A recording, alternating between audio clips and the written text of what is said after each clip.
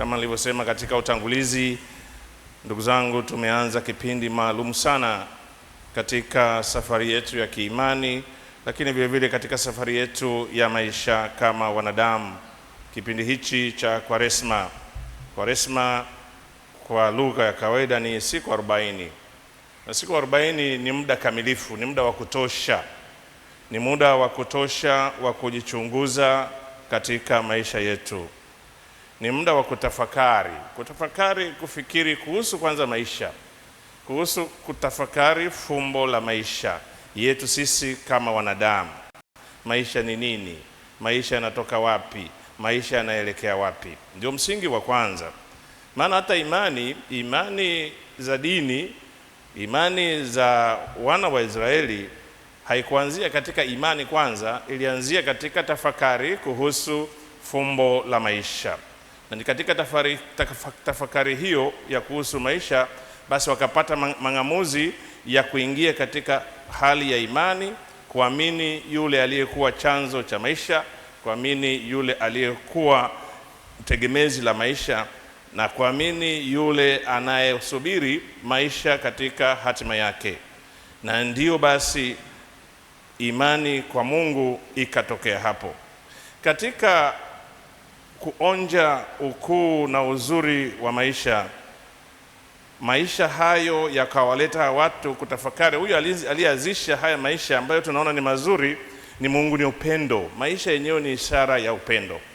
Na katika kutafakari hivyo wakasema, sasa sisi tunaishije? Je, mahusiano yetu yanaendana na yule anayedhihirisha upendo wake kwetu kupitia maisha au vipi? Wakajikuta hapana. Mara nyingi hawamfuati. Mara nyingi wanakwenda wanayumba. Hapo basi wazo na mang'amuzi kuhusu dhambi ndio ikatokea hapo.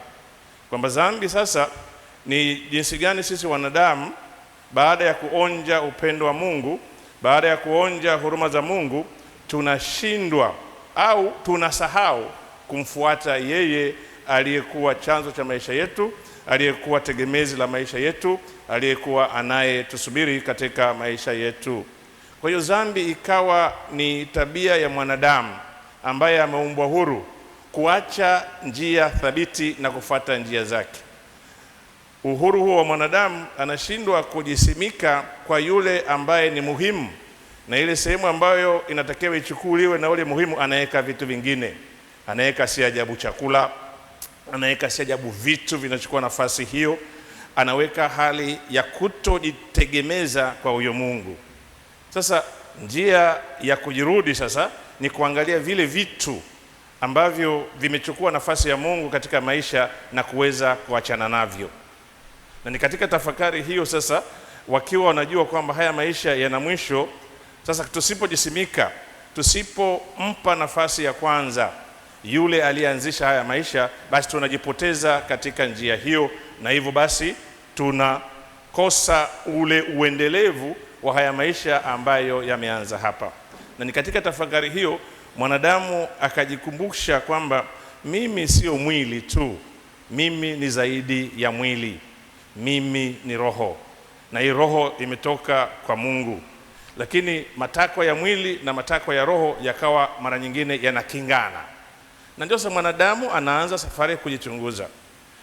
Nisipozingatia mambo ya kiroho, basi sintakuwa na uzima wa milele.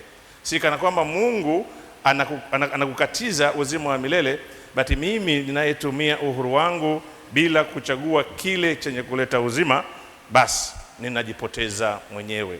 Lakini huyo Mungu anaendelea kuonyesha upendo wake. Na ndio maana basi katika somo la Joel, nabii Joel anaandika kipindi ambacho watu wamefanikiwa, watu hawana shida, watu wamekuwa matajiri. Na katika hali hiyo ya kutokuwa na shida, ya kuwa na hali nzuri, wakamsahau Mungu. Lakini Mungu bado anasubiri kama mnirudie mimi. Na ndio maana Joel anasema, lakini hata sasa, hata dakika hii ambayo bado una hema, hata dakika hii Mungu anakupa fursa ya kujichunguza, vitu gani ambavyo nimevipa vipaumbele katika maisha yangu.